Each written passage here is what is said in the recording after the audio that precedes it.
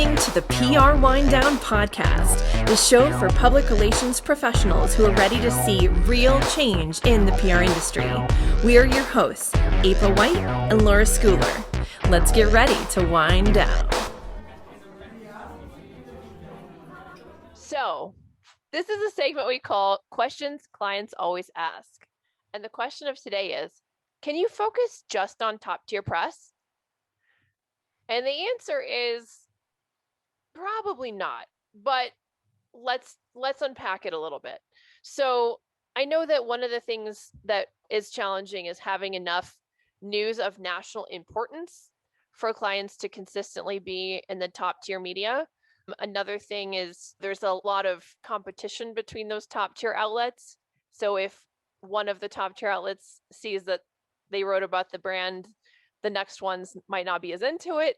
So you've got that issue. And then sometimes I think it's just really valuable to have some of the lower hanging fruit to sustain momentum and show continual progress on behalf of a company. If your company has truly amazing news, you can get into the top tier.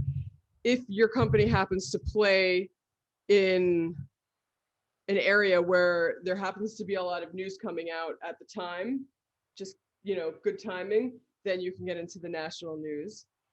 And if your PR firm has had enough time to sort of build up your story in other ways, through pitching, through press releases, through whatever you're doing on the web, and your marketing, maybe through social media, speaking engagements, awards, who knows what, all of those different things, then you may have also built up your stature to be in national news. But in the meantime, it's always a good idea to try to get into local press. It's always a good start. You could usually get a big story there. Trade press, sometimes even stuff like, where did the CEO go to college, and get into like an alumni publication. Mm-hmm. And some of those alumni publications aren't just, like, oh, the student newspaper. I guess I'm not talking about the Harvard Business Review, but some of those publications are, renowned academic type of publications. Mm-hmm. So it's possible to get into the national news, but if you're a startup and you've not really been heard of before, it's just not as easy as flipping a switch and hiring a PR firm, which is what I think a lot of people think when they hire a firm. I think that's true, right? It's like they say in marketing, it takes 7 touch points before somebody makes a purchase. I think it's actually similar with reporters. So if they've seen that your brand is advertising and they've seen it on social media and they've gotten the pitch and they saw it in another trade publication and the local media, then they're going to say, oh, I think I should be writing about this. I'm seeing it everywhere and I haven't written anything about it yet. So I think there's an element of laying the foundation that needs to be done when you're dealing, especially with a startup, and showing that they have already proven that they're newsworthy to these other outlets. And then it elevates. So it's like building a pyramid. Then you get to the national media at the top. Once you get there, it is easier to get additional national outlets, right? So getting that first one is always the hardest. And then continuing the momentum is a lot easier from there. But I think, and to Laura's point, if you're Elon Musk, if you're Apple, if you're, a huge brand with a lot of moving pieces, it's 1,000% possible to just focus on top tier press. And I know some even brands don't want to be in the press unless they are in something that's very, high caliber. So in those cases, some of those brands will also even turn down opportunities. But I think those are brands that have been well established and we're talking marquee brands, not startup brands that can afford, sort of, okay, well, we only want to be in the Wall Street Journal and we don't care about anything else. But you can do that if you're Sotheby's International Realty, but can you do that if you're a startup prop tech company? Probably not. And still develop the momentum necessary to get to the national media. Right. Well, I guess the last thing I have to say is even at the big companies who may say we're only doing top tier or very important press, a lot of times they will let the less senior people in a partnership or in a corporation, the younger, less seasoned, less senior people do some of those trade or local media opportunities so that they get some practice in doing media interviews. And it also helps them to build their brand in their areas of expertise or whatever region they live in. That's a great point. So in sum, yes, you can focus on top tier press if you're an established marquee brand that's already gotten yourself there. Or if you're somebody that has a lot of national news happening all the time, you know, you're a fast moving, fast growing company with a lot of business and national news to share. But if you're a startup, then it's better to pound the pavement and build that foundational media coverage that's going to lead to the nationals and allow you to get more of them as time goes on. Yep. Okay, great. Hey, Laura, Rachel's about to join us. I'm going to let her into our Zoom room. All right. All right. So today on our little podcast is a great guest. Her name is Rachel Flotard. She lives in Seattle. The reason why we have Rachel with us today is because she has worked for publications including The Stranger and Fretboard Magazine. She has done her own PR when she was rocking the mic as the lead singer guitar for a band called VISQUEEN, which was one of many bands that she started. And she also had her own record label, and she may still have these things. She's just like on the low burn right now, called Local 638. And she works for Red Light Management, and her big client is Neko Case. And so she gets involved in public relations issues and works with PR people. And she also is on stage. Remember when musicians performed live on stage with Neko, and you know, she manages her. And so there's so much PR I've learned that goes into managing too. So there's like PR from every angle. So Yep. I'm going to start at the beginning. One of your close to your first jobs was working at The Stranger, which was like the Village Voice of Seattle, right? Yes. So how did that happen? And what did you do there? My first job in music here was for a One Stop, which was a business warehouse containing all records, CDs, posters, cassettes, whatever a record store might need. And that was like the hub for independent record stores in this region. I was really just very into going to band practice and reading The Stranger and The Rocket, which is a paper here at the time, at my desk. So I was a quality employee, first of all. Second of all, I was offered a job at The Stranger to run the music desk, which meant that I was in charge of liaising with all of the venues in town, making sure the listings were updated in their ads. And I did that for a couple of years. This is when we were doing like paste up advertising. This was like pre-Photoshop, pre all of that. You were literally like, I was literally cutting somebody's ad with my small scissors. I loved working there. It was a great, fast-moving weekly newspaper that I loved. Lots of hilarious writers and personalities throughout the whole publication. Dan Savage was the editor at the time. I was going to say, wasn't Dan Savage like the guy at The Stranger? And yeah, that's pretty cool. Yeah, and Tim Keck, the publisher, was The Onion. So you went there, you were in a few bands, but then like the big VISQUEEN band, and I saw you do so much of your own PR at that point. And what helped you? How did you even know how to do PR? Because you never worked for like a PR agency. Well, out of necessity, certainly. I really had to just circle back to public relations and what those two words mean. And it's kind of what I was already doing with people talking or writing. It felt natural for me to reach out to people, and it just so happened that they were writers, or it just was a very organic thing. And with the last VISQUEEN record that I put out in 2010, I was working with an agency called Riot Act. I had no budget to do anything. I was really like an octopus with every arm doing its thing. And working finally with a PR company was really just a way to kind of legitimize and formalize what I kind of had already been doing. But I remember like VISQUEEN album was on like CNN Music at the time. I remember just being like seeing CNN and then my dumb record. And then one of the first things that we got was Ari Shapiro picked up the song that I wrote about my dad, and he had me on Morning Edition. On NPR. And then, yes. Right.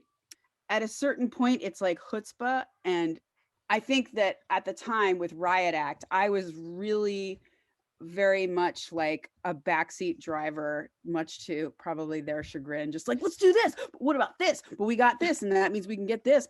But I was doing stuff at the time where, you know, I was having to do that as a musician and trying to book tours. So I was booking your own like, tours. Yeah. So I have to be able to pitch my band. And whenever I would get on a great bill, it would just be like one thing would happen to another. And, you know, like it's a snowball. Right. It's a self-fulfilling destiny or something. So when you would get on a good bill, a show or whatever, writers would come to it, or they'd write about the tour or the show, and then like if you were one of a few bands, then you would be able to get in there, and then that would like lead to something else, and you'd meet somebody else, and so on. Yeah, and so on. I mean, it's all that research. Like I would just start to find the alt weeklies or whatever newspapers going on in town, find out the clubs where bands like mine were sort of playing. Like I would have to do a lot of detective work. And this is like kind of before Google, or it wasn't. Yeah, like, I'm old. So, but it's great. It just sounds like so much work. Like I didn't even think Google about it. didn't exist. Nothing. I mean, email barely existed at that time. So you weren't like texting everybody or like putting something on Instagram at all. No, it was like fucking pagers practically. So then you got your record label, right? Also necessity to put out the last record. That whole thing phased really into ultimately working in management and kind of having to know a little bit about everything. But Rachel is very outgoing, dynamic, will like talk to anybody, and then super able to connect the dots. And she literally taught herself how to do PR.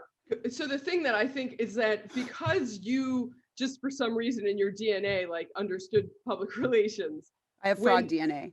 When you are managing somebody like her and you've got a record label and these external PR firms, you must be in some regards a breath of fresh air to them because you understand what they're doing. Struggle. And a lot of crisis communications issues come into play there too, right? And so you were like all hands on deck. And I felt like from the stories that I knew that like you were sort of knew all the parties and the players and knew what needs to be said and done and would have these people helping you do it.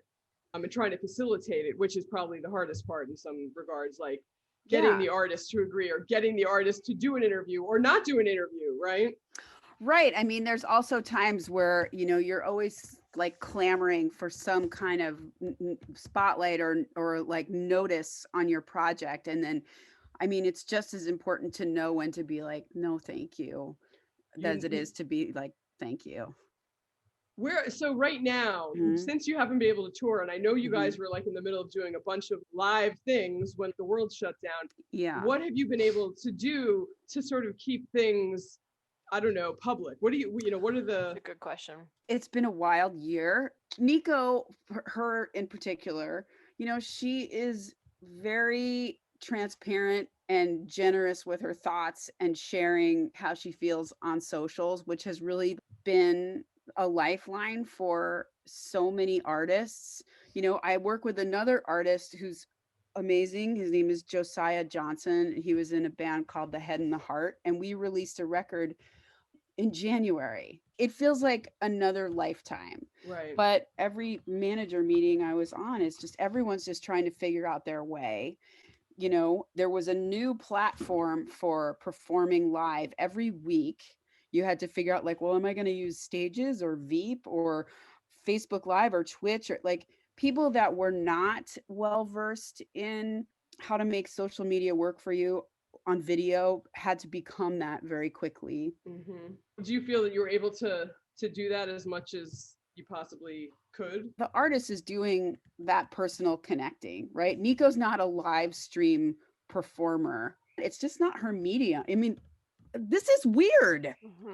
This is super weird. And right now, a year later, people have, like online streaming event fatigue thing.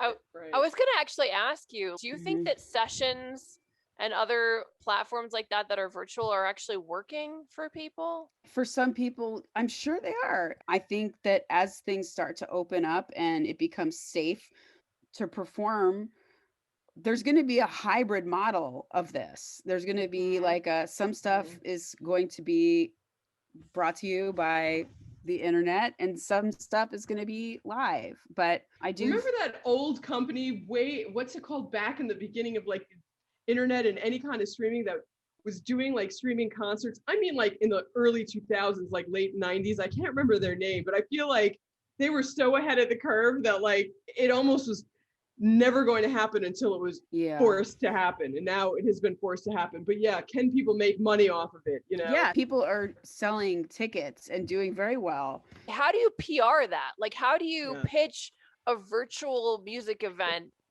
from somebody's living room? Yeah. I mean, sometimes you don't have to. I mean, it's the artist going out there themselves and saying, hey, I'm playing this. And if your artist has a wide enough reach, right? Yeah, the media outlets are firing people and there's no staff and no one can write about anything. So it's like, you gotta do your own. Yeah, but I mean, some people are like, I love this thing, but I don't have the bandwidth or the space to write about it. So it's just literally the space and time we're in, I think.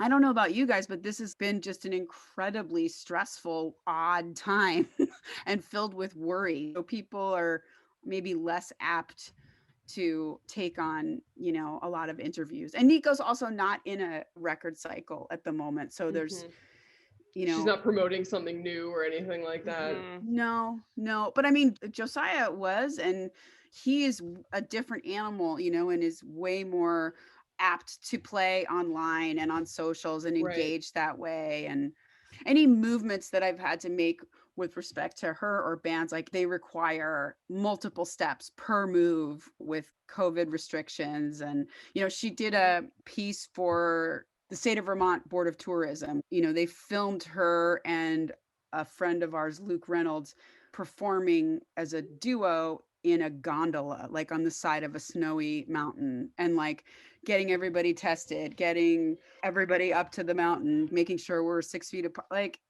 to just pull off the simplest, tiniest thing is moving mountains. It is literally moving mountains. And so now we're all kind of looking forward to like, okay, well, the vaccine is starting to roll out. Like Rachel had a song called Vaccine.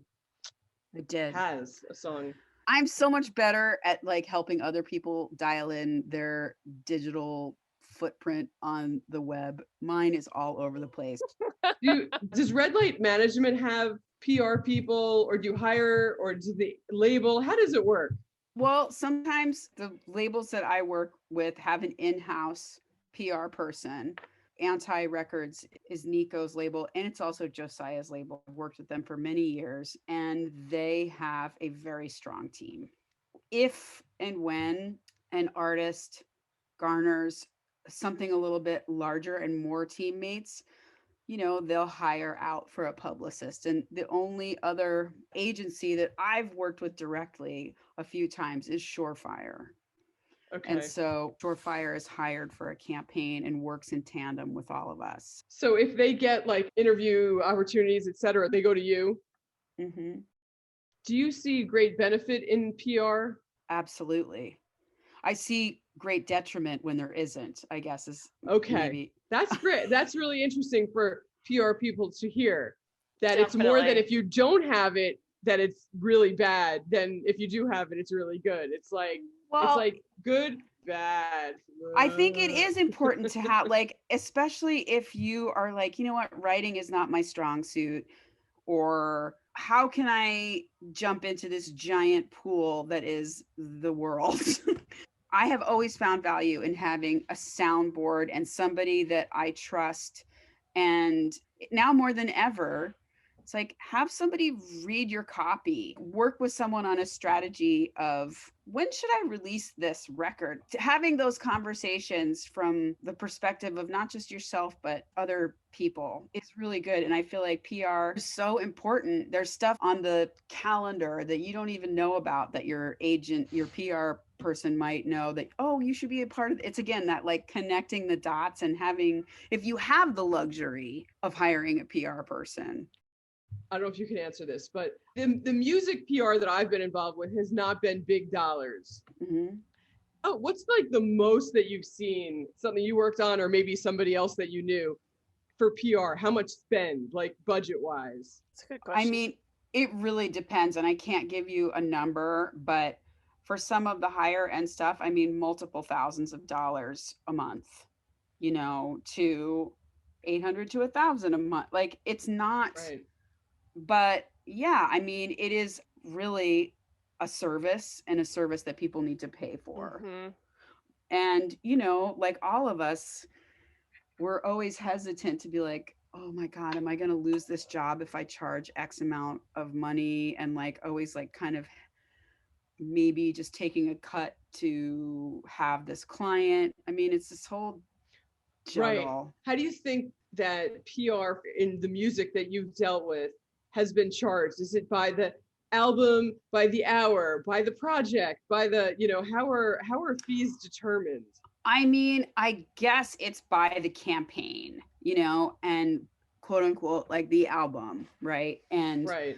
you know, whether you do something for 6 to 8 weeks. Right, a month before the album comes out or whatever. Yeah. And again, like 2 months. those times are changing now too. You need maybe a little bit less lead time than you maybe would have in the past. I do feel like though that to premiere an album, you still need to give publications like a huge lead time. For sure. I find that curious.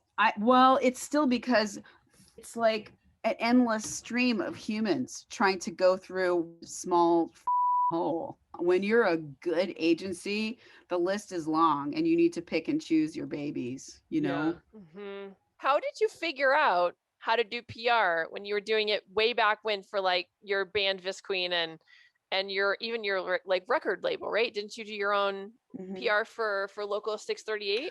I feel like there's a lot to it that is just like common sense and time and investigating and like finding out who to send stuff to, you know, and building lists, mailing lists, and figuring out like who needs to hear this. I mean, it was like, I have to invent the phone book a little bit. Yep. And also asking a lot of questions, like asking other bands how they did what, or just like trying to lift up the hood and figure out how it's done. And then refining it and refining what you send out to people, remembering that no one has time, not one person. And what you send to them, maybe will get a glance, and being okay with that and refining it until someone decides to write back. It's just like approaching people knowing that everyone has a very full plate and not knocking on the door if I'm not ready or it's not a worthy endeavor, and building trust with people. I feel like that's a big part of it too. Like if I say I'm going to do something, I will sweat the details so hard. It may look easy somehow, but it's like, it's not. Yeah. It looks effortless, but that was like with 6 months of effort put into it before that. Like basically, April, you would have wanted Rachel to work for you. April works 80 hours a week at least. Yeah. And Rachel would work that much. And just like the fact that like she was on NPR, like unknown, like. Did you get yourself on NPR?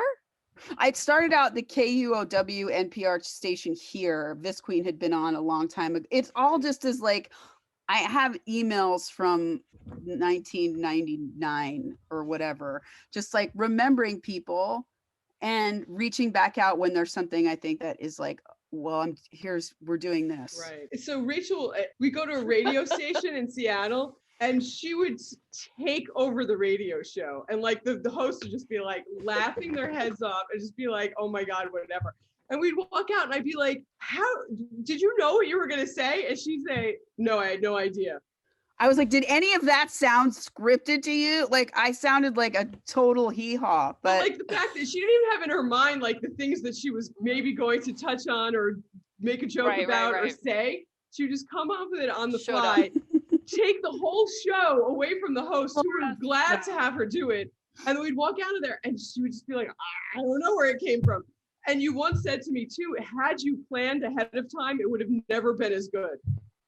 probably not. So Rachel's doing something this Thursday, which unfortunately this show comes out on Friday, but so talk about it. Let's just say it was good and I lived. There is this campaign here to kind of provide independent music venue relief called Keep Music Live Washington. So when all of the venues were shuttered and going out of business left and right and never to return, like legendary landmark places, a campaign was formed to help raise funds until any kind of government assistance could be provided for small businesses, particularly venues. So this campaign asked me if I would co-host this live stream chat with Sir Mix-a-Lot. Oh, what? Yeah. Baby got back. Big time. Then it was like, all right, well, let's call this person and then let's call this person. And so the lineup is just announced right now, I think. We've got Pearl Jam, Neko's going to do it. Kathleen Hanna from That's La Tigra awesome. and Bikini Kill. Duff McKagan also, Laura, your friend. It's just wonderful. And they were like, well, how are we going to roll this out? And I was like, well, I think we should just do a video of me and Mix like meeting for the first time and just do a dumb clip. And we did it. And it was so funny and ridiculous. And there's like 15,000 views on this thing. So then people like what are going to watch a streaming concert and donate or whatever? It's basically just like this, only me and Sir Mix-a-Lot saying, well, I will say dumb stuff, and then interspersed with different guests. Who's going to be live with you? Alan Stone, Neko, Kathleen Hanna, Joel McHale, Rainn Wilson, but then we have like the Foo Fighters gave us a recorded video, Pearl Jam's coming in with some footage, and it's all, it's kind of a like a mashup. That's really cool. So what I want to know is, what have you learned since you first started doing PR for VISQUEEN that wasn't intuitive, right? That you were like, oh, this took me a while to figure this part of PR out, that you're then able to apply today? Oh my God, keep it short and simple. That is like sending out a really long press release is, you might as well just send a lead balloon. Is learning to edit myself way down and way back, because that same thing, just realizing who you're sending this to and imagining them getting hundreds of these. Right. That was not intuitive, but it's just like having some empathy for the person on the other end and not being presumptuous. Also, I mean, this I kind of knew, you don't be a that's like your life rule in general. Yeah. The thing that was not intuitive was like, I'm going to send every single clip that was ever sent, newspaper cut out. No.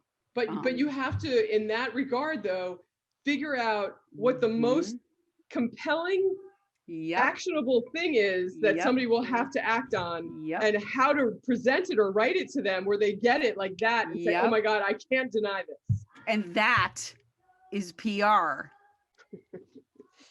That is the skill, right? You win the Oscar today. Thank you. You like me.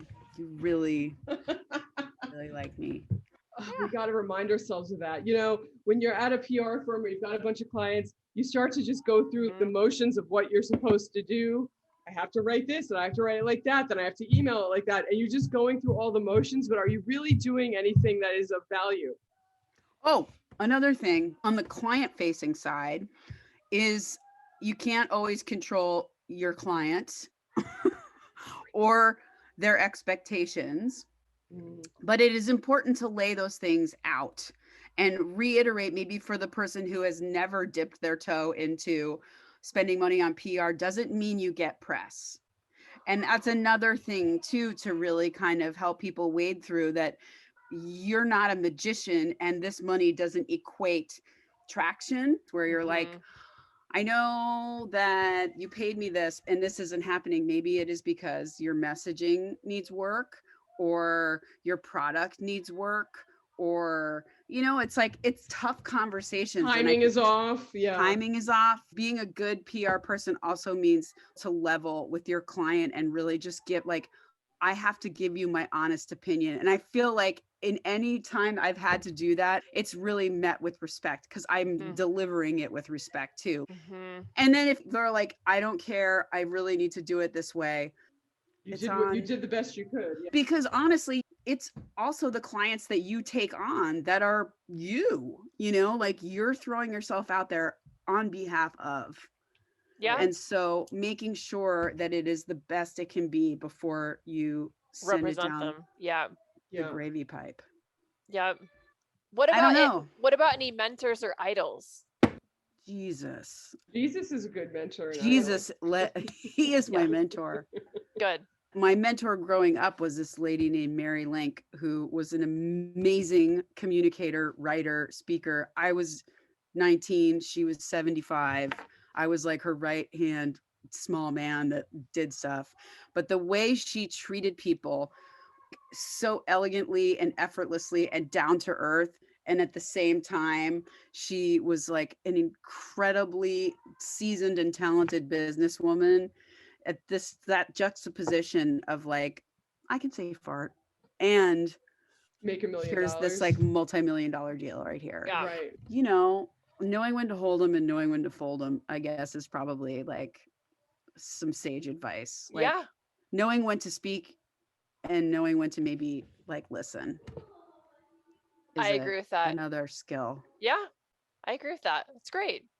Also, being a woman in this business is a whole other ball of wax too. What I'm finding in the like post maybe Me Too era is so many times early, I think I've written an email like really kind of almost pleading and using words like just or just reminding myself I don't have to plead or beg for something. You belong here. You don't have to be like, excuse me, am I allowed in this room? A little bit, yeah. But I mean, it's also like you can sometimes, at first I would be like, this is a one-line email from this person. Like, do they hate me? And then you're like, as soon as you're as busy as that person, you'll understand why that is. So taking a little extra time to be courteous. You don't have to just be like a one-liner person, but also you don't have to be like, thank you. I mean, I'm so grateful to just be emailing you in this. It's okay. And maybe that's because I'm just getting older. Right. And definitely being older helps. But also you're doing your job. It's a job. And you don't have to make doe eyes at anyone to get it done. Amen.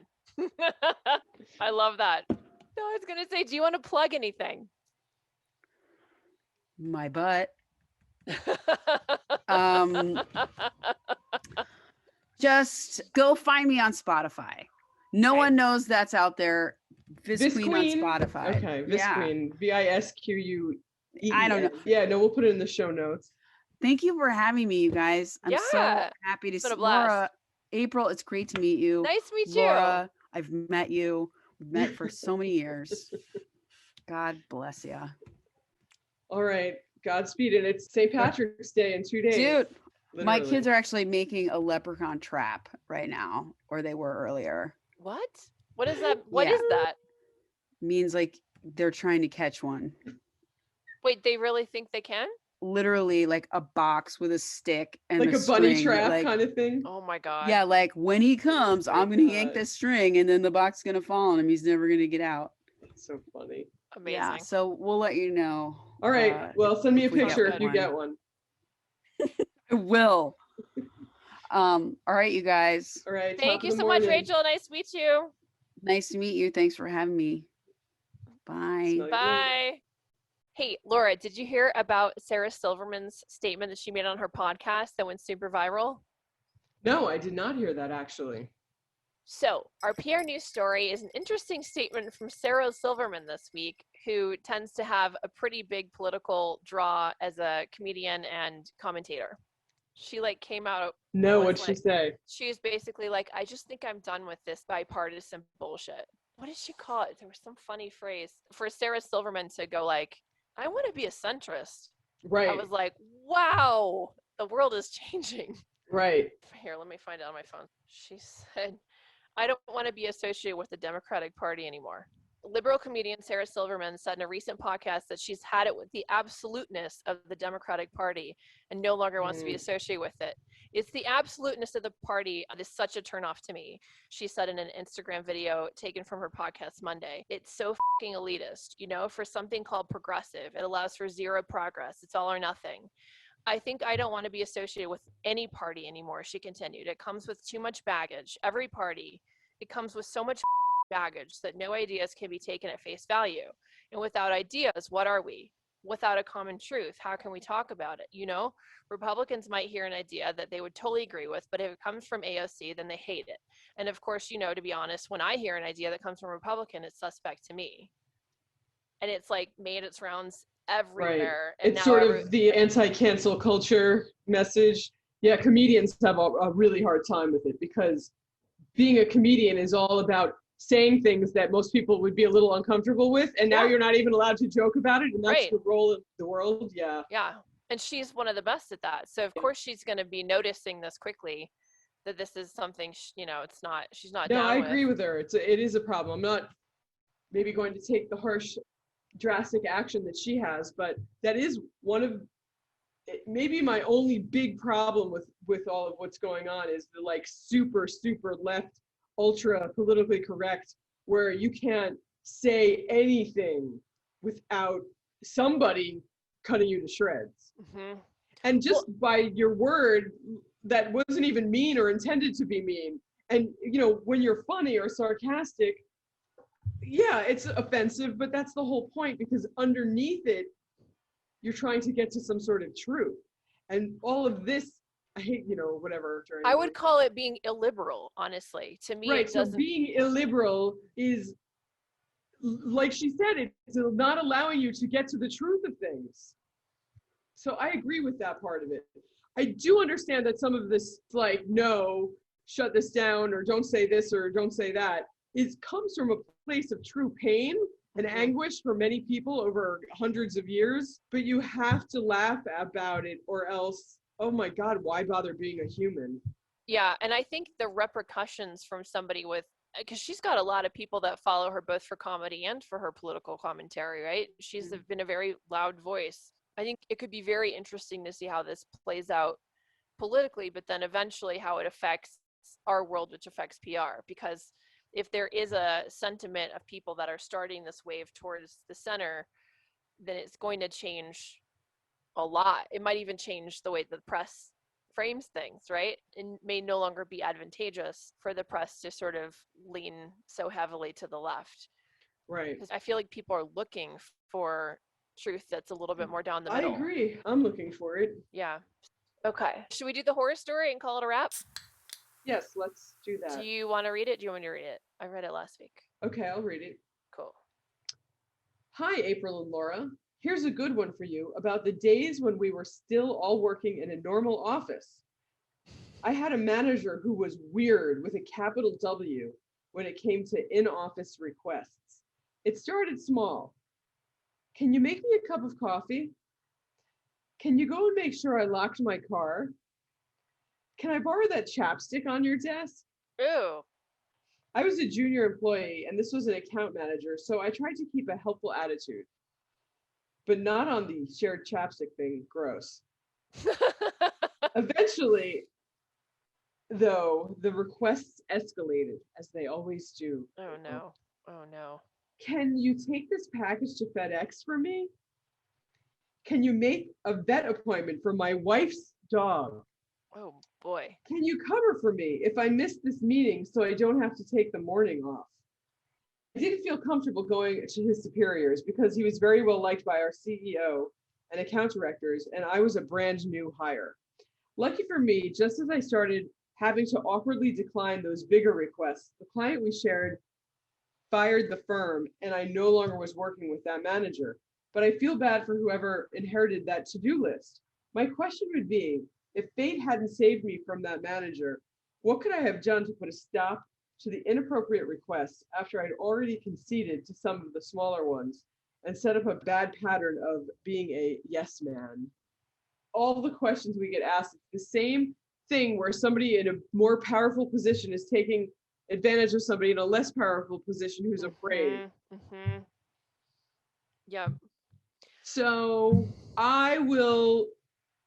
this wasn't a work situation, but I got into a situation there was a pattern of behavior between me and this other person that had been going on for a couple of months or a few months even. And I thought if I just sort of like rolled with it, it would finally like roll itself off. And it did not. It kept going and going and going. And finally, one day I said to this person, enough, you have to stop this or I can't be part of this anymore. And they stopped doing it and never did it again. Wow. It wasn't a work situation like this though. So I still say you might be surprised that behavior like that would stop. I mean, this guy can't get you fired because you didn't go, get his dry cleaning or give him your chapstick. So if you say no, like, I'm not doing this personal stuff, and no, I'm not giving you my stuff that I put on my mouth. Have you ever heard of germs? Like, you might be able to say it in sort of like a funny way, but mean it and get your point across. And I think that it would stop. Otherwise, this person is just going to keep doing it and doing it and doing it. And I know it's scary, and I know, but you know what? Is this job really worth it? It's not. What's worth it is sticking up for yourself because you don't want to be dealing with this bullshit. Something I've come to realize recently is when you set a boundary, if you give the why, it helps soften it a lot. So it's one thing to just say no. It's another thing to say, no, and this is why. And that seems to always, if you have both sides of it, then it comes across with a lot more sincerity and softness. So I think obviously setting those boundaries sooner than later, like we said last time, is really key so that things don't keep escalating. But sometimes you also don't know they're going to escalate, and you think, it's a one-off thing. They asked me one time, and you're like, I don't want to die on this hill. So you do the thing, but then somehow that gives them the idea they can just take and take and take. I know. I agree with that. It's very hard to know when it's just going to be a one-off thing versus when it's going to be a thing that they like comes back and back and back. So I think once you realize it's a pattern, fool me once, shame on you. Fool me twice, shame on me. Right. Yeah. And you could even say, hey, I did this one time. I thought it was a little bit outside the scope of my job description, but I was happy to be helpful because I want to be a team player, but I'm feeling like this isn't in my job description. And if it is, let's recalibrate expectations because I just want to be clear on what I'm being judged on, what the metrics are for my success. And then that's the why, right? I want to have a boundary so that I understand what's expected of me and that I'm prioritizing appropriately. Right. I mean, it's a totally reasonable thing to say. It's just funny to me that people are looking for people at work to do like personal errands and stuff. Like, what is this, 1960? Like, and that's okay if you have a personal assistant, but if you're not hired for that, then nobody should be doing that. Right, exactly. Not the assistant account manager on like the PR accounts. That person is not there for the account managers. Not even an account coordinator. That's not their. I mean, unless they were hired to be an executive assistant and then they got promoted to personal assistant and they still do both. That's another thing. But if they were hired to do account work, they should not be doing personal work. Period. Ever. I never really got asked to do stuff like that. Well, I mean, the joke would be if somebody asked me to go like make them coffee, I'd be like, I don't know how. And I really don't. I don't drink coffee. I don't know. That is amazing. And I would say stuff like that. And people would be like, but then they'd never ask me again. But I really didn't. I wasn't even like lying to get out of doing it. I don't know how to make coffee. Oh God, that's great. So yeah, we've talked about that too. Kind of act, you know, like I said, I think last week or the week before, like if somebody's going to put some crazy request on you, you can also respond in kind and say something like I just said, like, oh, I don't know how to get dry cleaning. Like if you're going to be nuts to me, I'll be nuts back to you. I mean, right? Why is that crazier to respond that way? What's crazier, the request or the response? Probably the response, but it's still funny and makes the point. And again, I always say these things like I was so like cool and would do that all the time. Most of the time I would just like do and complain about it, except the coffee thing. But yeah, you just gotta, and it really does fill your life up with nonsense. Then it really does hold you back from doing things that are meaningful and getting somewhere. It does. Yeah. No, and eventually it's going to make you resent the job, which is going to make your output bad, and then you're not going to do good work, and then you're going to get fired or have to leave. So boundaries keep you from devolving into some negative Nelly that's not going to get anything done. Right. You're just like circling the drain at that point if stuff keeps happening. It's just a matter of time. It's really, the thing is that I would get mad at the person and be like, why would you ask me something so stupid? But the way you really need to look at it is, what do you need to do for yourself? I need to not be doing menial tasks for this person because it will waste my time and it'll make me miss a deadline. It'll make me spend time on something for this person that is meaningless than on myself, which is meaningful. And that's the way you have to sort of like go through life and take this from an old person who wishes that she had that input and believed it when she was much younger. Thank you. You're going to bow? Perfect. Thank you so much for tuning in for the PR Wind Down podcast. Thank you to our guest, Rachel Flotard, for joining us today for a great interview. Remember, you can submit your own agency stories and questions. If you subscribe and leave us a rating, it also helps us reach new listeners like you. And if you have an anonymous PR horror story of your own, send it our way at the contact email below the episode notes. We can't wait to wind down with you again next week.